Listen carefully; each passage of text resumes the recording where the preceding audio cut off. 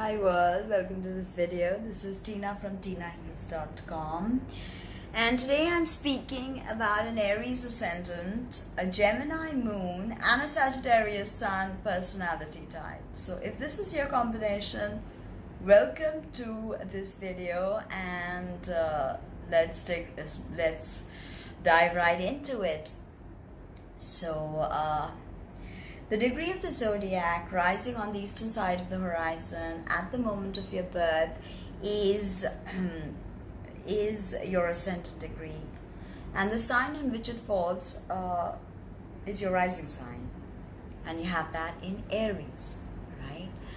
And what is the ascendant? The ascendant is how the world perceives you. When you walk into a room, it is your ascendant that people notice, okay? Because having an Aries ascendant, you probably walk with purposeful stride, and you have these piercing eyes, very prominent cheekbones, definitely an edginess in those eyes, thin lips, narrow chin, pronounced nose, and ruddy complexion, maybe highlights in your hair, not too long, you don't like the length of your hair to be too long, because you just want to keep it more functional. You're more masculine in that way, because Aries is male, it's cardinal, it's fire, it's hot, dry. There's a lack of empathy and compassion with this energy signature, right? And now your moon is in Gemini. We'll get to Aries more. Let's just get to the moon. The moon is a very private part of you. It is who you are when there's no one around. That is your moon sign. It's who you are. It's how you connect, how you feel. It's your everyday habit patterns. It's your thoughts and emotions and feelings, your connecting body, your emotional fluidity. And your mother is a feminine, receptive yin side of you, right? Very private side that a few people get to see. Till the age of 7, the moon sign is most prominent. And according to esoteric astrology, after the age of 35, it becomes a big challenge, because you get so caught up in your emotions and thoughts and patterns and habits that you refuse to break out of them and dive into your soul karma, which is your ascendant actually. So moon in Gemini, very difficult, right? I'll get to that. And sun in Sag, a brilliant placement for the sun. And sun loves being in Sagittarius. Sun is your ambitions, your goals, your desires, how you take your internal energy and how you project it out into the world. It's your father.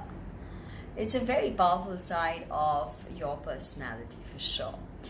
But according to the Jungian scholar Frida Fordham, we put on masks to function in society, and that is our persona.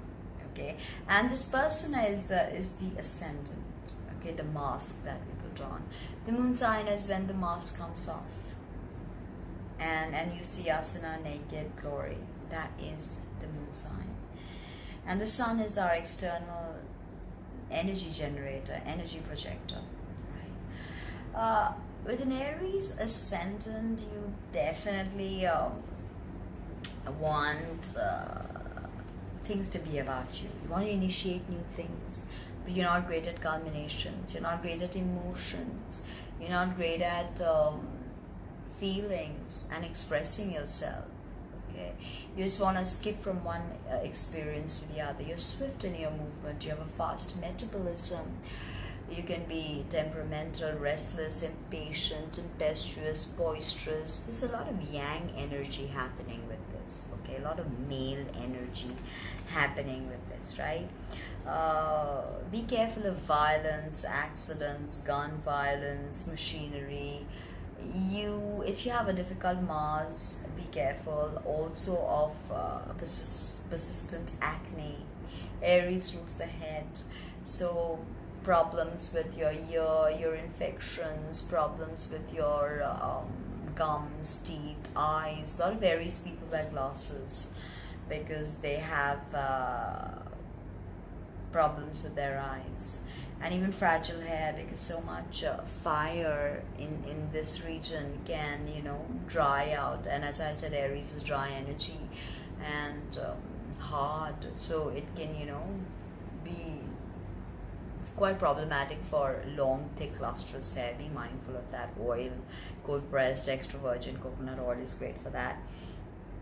Be careful of migraines and high blood pressure and any kind of stress and anxiety related issues, because Virgo is, after all, your sixth house. So be mindful of that. Now, Aries is the infant of the zodiac, right? And the lessons and the shadows that Aries has to deal with is all about this infant growing up. Now, growing up is not an easy process. It wasn't for you or for me. Okay, we have teething pains, we have growth pains, we have problems, we have so much going on when we are infants, and this growing up and becoming who we are is not an easy process. So Aries is not an easy process. It can be quite agitating. The fires of Aries can be quite agitating, right? As eminent astrologer Stephen Forrest said, that the goal of the Aries ascendant is enlightened selfishness, because Aries is all about me, but you need to understand that it's also about we, right? And here you've got a third house moon, so your siblings are important to you. You may be attached to an old car. Travel is very frequent. Even in your childhood, you probably traveled a lot, which could have caused a lot of psychological trauma. Mother was probably not emotionally available to you, so maybe not in the way you wanted. And you have a ninth house sun in Sagittarius. So sun is fire, Sagittarius is fire. Sagittarius is the ninth house, ruled by Jupiter, okay, the second largest object in the solar system. And Sag is about higher wisdom, philosophy, higher truths, foreigners, philosophy. It is the archetype of the philosopher. So, and they understand different cultures. They want to integrate with different cultures. So having a ninth house sun, you're probably suited for public life in some way. Having a third house moon and a 10th house sun, you're suited to politics in some way. And Aries ascendant, so you want to definitely go out there and you're ready to win. Ruled by Mars in traditional astrology, by Mercury in esoteric astrology, Aries. So it's ultimately about the higher plane of the mind, or Manas. Gemini ruled by Mercury, so there's a connection there, linking traditional energy, like your physical astrology, to your spiritual astrology. And of course, Gemini is ruled by Venus in esoteric astrology, and you have Sag. Sag, which is ruled by Jupiter in traditional astrology, and by the Earth, the only sign ruled by the Earth. So there's a lot of connection to Sagittarius and the Earth. It is mutable fire, so you've got two mutable fire, air and Gemini, and mutable fire, all masculine. So you definitely need to find balance with your feminine side, connect to it, empathy, receptivity, intuition, psychic understanding, all of this, okay? But Sagittarius by itself is probably the most spiritual of all the fire signs. Aries, Leo, and Sag, fire. So definitely very, very spiritual. Think of the glyph of Sagittarius. It's an arrow, so it is all about directionality. Where your soul will find its directionality. And you have a moon in Gemini, which is opposite your sun in Sagittarius. Your mother and father could have fought, or your sun moon opposition could mean that you grew up in a foreign land. you are not from the same place that your ancestors came from. You've changed. And having an opposition between your sun and moon, your moon is your emotions and sun is your missions. So there could be a conflict over there going on in the polarity of Gemini and Sagittarius, which is about communication and which is about knowledge and higher knowledge. So Gemini is definitely about learning. With your moon in Gemini, you always want to learn new things. And your sun in Sag, you're the philosopher, the ultimate thinker.